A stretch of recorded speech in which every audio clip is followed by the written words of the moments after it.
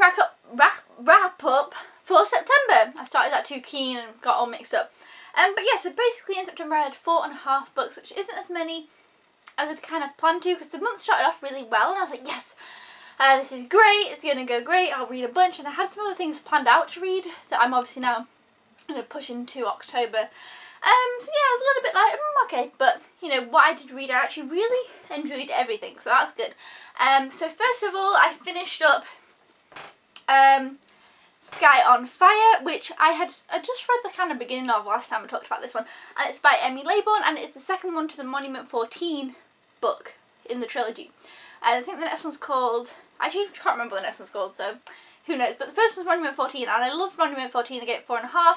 This one I think I would give 4, even though really it kind of feels, basically I really liked how it literally carried on directly afterwards. There was no spaces, there was literally a complete continuation. Once Monument 14 ended, this one starts. So I think actually I would have given it maybe 4.5 the same if I would have read it straight after. So I think with this series, if you read them straight after, probably made more sense, because I feel like it took me a little bit to get into it, because I kind of come out of the situation and then gone back into it and all that good stuff. But I liked this one a lot though, because it had 2 dual perspectives, because I actually can't tell you anything about this because it ruined Monument 14.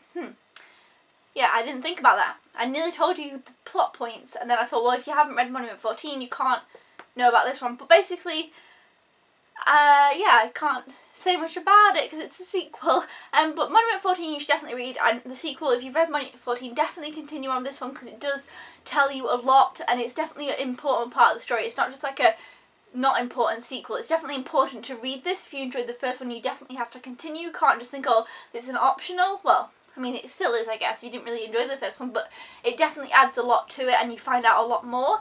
But obviously that's all I can tell you because it's a sequel. Aha. Okay, next I read Doll Bones by Holly Black for the Act Out Games book club. I've done a full review on this one, so I won't talk about it too much. I gave it 3.5 stars. I enjoyed it, but it wasn't anything fantastic. It didn't blow me away, but I still kind of enjoyed the adventure and the story. It's about these 3 kids who go and try and they've kind of got this doll. It's like a China doll, and they feel like she's kind of a spirit of somebody, and they go on this adventure. But I really liked, I'll link my review around because I think I explained it better than that, because it was kind of just after I'd finished reading it. But yeah, so I enjoyed Doll Bones.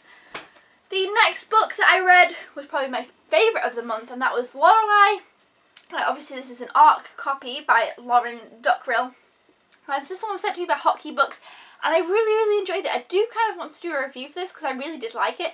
Basically, it is a mermaid kind of book, which I've never read a mermaid book before, and it's told from different perspectives. So we have Rory, who's kind of the main boy on land. We have Lorelei, the mermaid, and we have the sea. The perspective from the sea was fantastic and really interesting. You've got so much kind of going on in this. You've got pirates and mermaids and just like normal people. It's set in England, which is exciting because I live in England.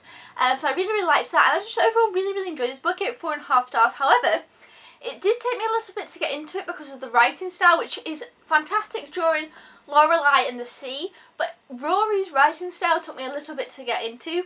I don't know why, but once I got into it, I really got into it, and I read this really quick and really enjoyed it. I kind of didn't know what was going to happen, didn't know how it was going to end, and I really liked the ending. So, you know, that's a great book. Definitely check this one out. I really enjoyed it. It was definitely one of my favourites of the month, and I would definitely recommend it. So yeah, I didn't know what was coming. It was exciting. It was kind of a new topic for me to read about. So yeah, 4.5 stars. And the next one I read, again, I can't talk much about because it's a sequel, and I'm going to do a full review on it for sure. And it's Magisterium, the Copper Gauntlet. As you can tell, the cover's changed and it's a lot smaller than the last book. But I will be doing a full review on this one for sure, so I don't want to talk too much about it. But I did enjoy this, but I know I really did enjoy it, but I did have some really good points and then some other things to talk about, and it took me a bit of a while to get through than I thought because it is a small book. It didn't take me super long, but I kind of couldn't just race through it as much as I could the first one. But yeah, I will be doing a full review on this one for definite, so I won't talk too much about that. And finally, the book that I read, well, a third of, I'd say. I read this much of it, you can see my little bookmark, is Time Riders by Alex Scarrow, and I am really enjoying this book. But for some reason, again, it's taken me a little bit of a slow time. I think really with Magisterium and this one, I've kind of been feeling like I want to read a contemporary, and I've been reading kind of fantasy books with a lot going on, and so I've been taking a bit of a longer time. But yeah, this one's really great actually. It's about these 3 kids, Liam, Maddie and Sal, who have all kind of been in tragic accidents and should have died, but they were taken to be part of the Time Riders, where they have to go and correct certain parts of history. But what's happened so far has actually been really interesting, because the historical moments are all real things that happened. So it's really cool to go back in that time in the book. You know, it's set in different points. We've had 2001, New York, so you can kind of gather what's going to happen there. We've had 1960, Dallas, Texas, 1960. Let me see if I can find it so you can guess what happened in that time. It's going to remind me now. Where in the book did I read about it? Oh, this is amazing. 1960. Maybe we have to edit it out, because... Anyway, there's like 2 kind of... 1963. 1963, Dallas, Texas. 1963, I nearly said 1964. 1963, Texas, and now we're kind of in World War II era. So yes, I'm enjoying it, and I do have more of these books, so once I finish this one, I will continue on the series, but not straight after, because I don't know, I'm just not feeling this kind of book at the moment, but I am going to finish it soon, so hopefully I will have this wrapped up in my next October wrap up. But yes, that's all I'll say now. Now, I spent ages looking for a date in a book.